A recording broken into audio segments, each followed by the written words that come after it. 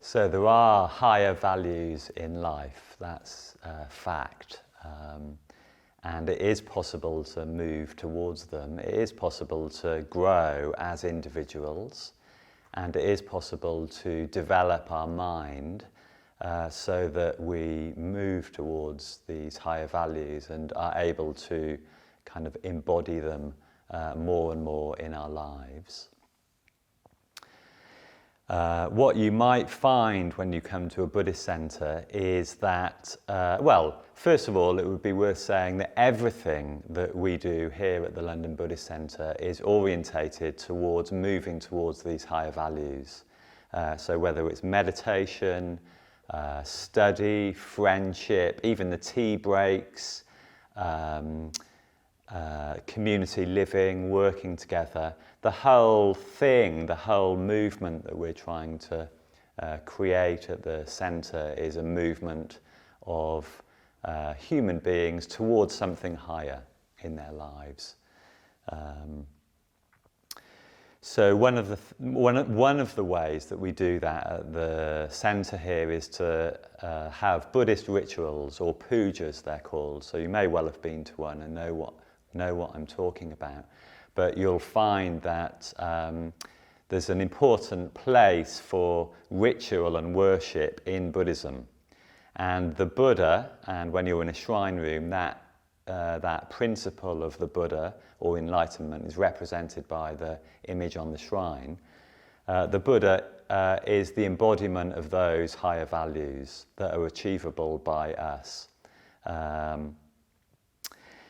And what we do when we do a ritual is we create an atmosphere in which we can start to even have a taste of those higher values, or a taste of that world in which higher values exist.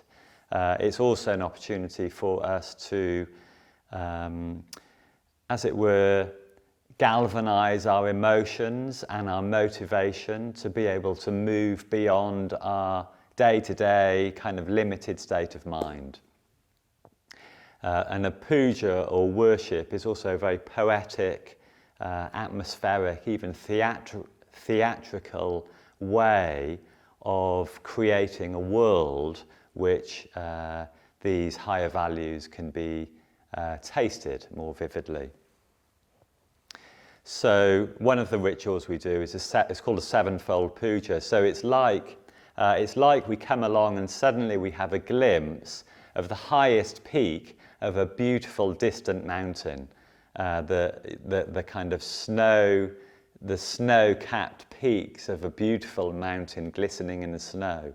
And we're on the ground at sea level, if you like, and once you've had that glimpse, you want to move towards it.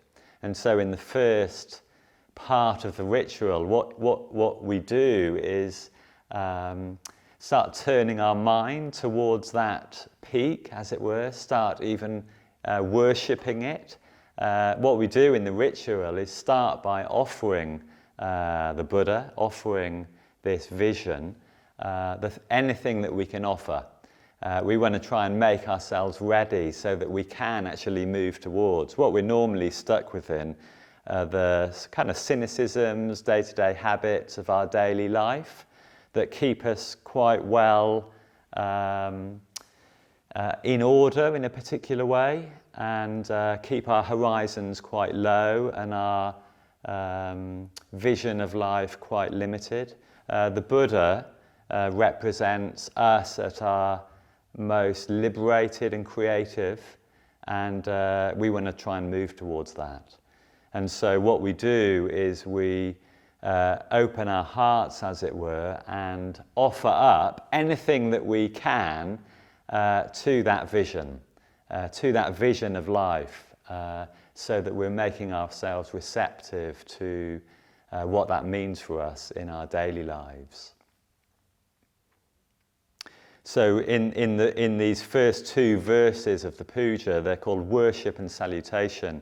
We're recognizing that there is an ideal, that there is something higher, that there is something more, and we're wanting to move towards that, and we're also offering our own reverence towards that, and recognizing that, well, the Buddha has already done it. He's already achieved it, and we want to follow his example.